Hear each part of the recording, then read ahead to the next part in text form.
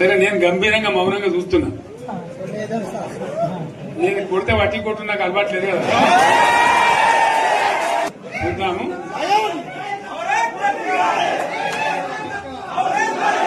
నాలుగు రోజులు కానీ అన్నట్టుగా నేను చూస్తా ఉన్నా. కానీ మనోళ్ళందరూ కూడా ప్రతిపాదిస్తున్న ఏంటంటే, ఒక సంవత్సరం జరిగిపోయింది, సంగమేశ్వర ఆన్నే పన్నది, బసవేశ్వర ఆన్నే పన్నది, పాలమూరు ఉత్పత్తుల పథకం ఆన్నే పన్నది, కాళేశ్వరం అట్లే ఎండబెడుతున్నారు, ఇవన్నీ అన్యాయాలని. కాబట్టి ఫిబ్రవరి నెలాఖరులో ఒక పెద్ద బహిరంగ సభ పెట్టాలి, మీరు కథ చూడాలి అని జరుగుతూ ఉంది.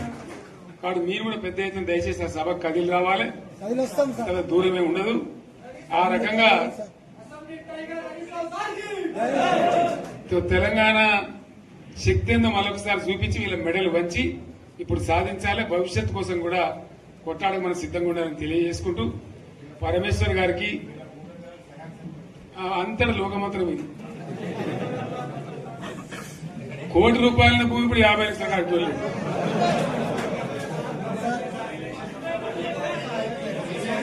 ఈ ఒక్కని బాధ ఒక ఆయన వచ్చింది, మన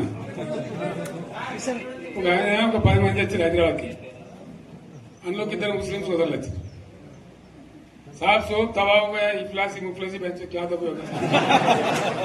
तुम्हारा क्या हुआ बहन, तुम्हारा क्या हुआ, तुम हैदराबाद में तुम लोग हैं. मेरा कारोबार है साहब, मेरा छोटा मोटा कारोबार है, होटल भी है, 70% गिर गया. हर कोई पूछ रहे, हर कोई केसीआर को याद कर रहे सामान. వాళ్ళు మాట్లాడుతున్నారు. ఎక్కడ ప్రతి ఒక్కరు భూముల ధరలు పోయినాయి, మన్ను పోయినాయి, మసాలా అన్ని పోయినాయి. ఎంత మంచిగా 4 ఎకరాల రైతు నేను 4 కోట్ల ఆసానం అనుకుంటుండే. అంత ధీమా ఉంది, ఎంత బాగుంటే. హైదరాబాద్ నుంచి అడిగితే కూడా వచ్చి మనం ఇయ్యకపోదాం భూములు, డిమాండ్ పెరగానని. అంత బ్రహ్మాండంగా మారుమూల ప్రాంతంలో కూడా 40 లక్షలు 50 లక్షలు ఎకరానికి ఉండే. అటువంటిది సగానికి సగం పడిపోయి మొత్తం నాశనం చేసింది. వీళ్ళు ఇట్లే వదిలిపెడితే ఇంకింత నాశనం అవుతుంది. కాబట్టి మనం కొట్లాడాల్సిందే. నేను ఇంకొక మాట మీకు చెప్తా. ఎలక్షన్లలో నేను మస్తుగా చూసిన 50 ఏళ్లలో పార్టీలు గెలితే ఓడితాయి. ఇంత మాయలు ఏడాది లోపలనే కాంగ్రెస్ పార్టీ దొరికితే కొడతాం రానంత గొప్ప.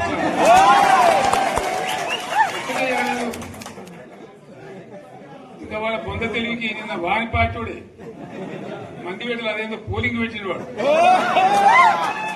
చూసారా మీరు? ఆ పోలింగ్ పెడితే 70% మనకు వచ్చింది, 30% మనకి. వాడు పెట్టింది, మనం పెట్టింది కాదు.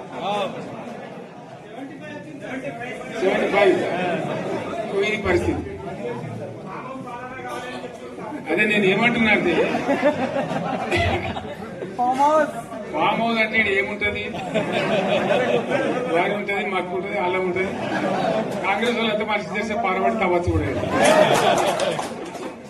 లంగత.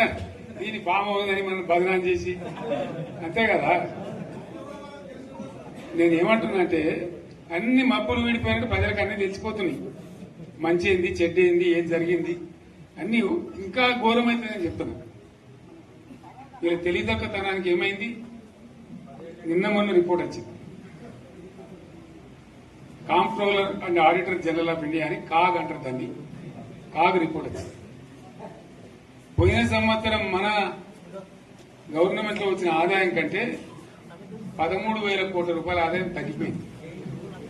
ఇంకా మార్చి పోయేవారికల్లా ఇంకో 3-4 కోట్ల అవుతుంది. అంటే 15,000 కోట్ల ఆదాయం పోతుంది.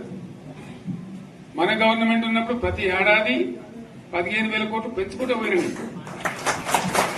చేసుకుంటూ పోయింది.